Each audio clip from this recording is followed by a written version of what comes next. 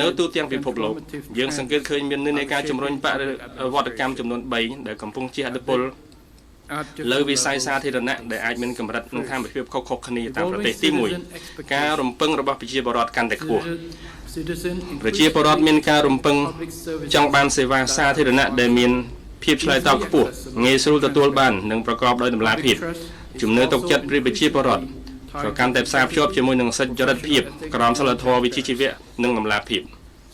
ទី2បរិវត្តកម្ម Digital និងបញ្ញាសិប្បនិម្មិតរដ្ឋាភិបាលជាច្រើនកំពុងប្រើប្រាស់បច្ចេកវិទ្យា Digital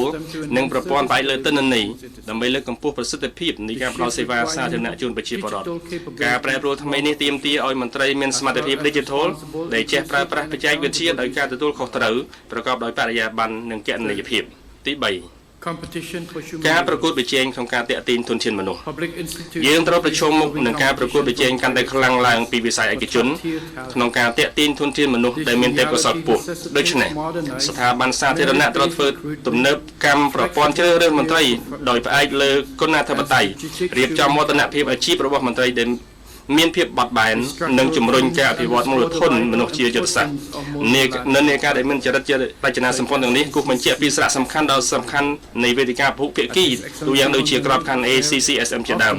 ដោយដែលអាយដាមហ៊ុនម៉ានីប្រធានកិច្ចប្រជុំបានគូបញ្ជាក់មុននេះខ្ញុំពិតជាមានសេចក្តីសូមនោះជាមួយនឹងវឌ្ឍនភាពដែលសម្រេចបានក្រុមផែនការការងារ ACCSM និង ACSM+3 សម្រាប់ឆ្នាំ2021-2025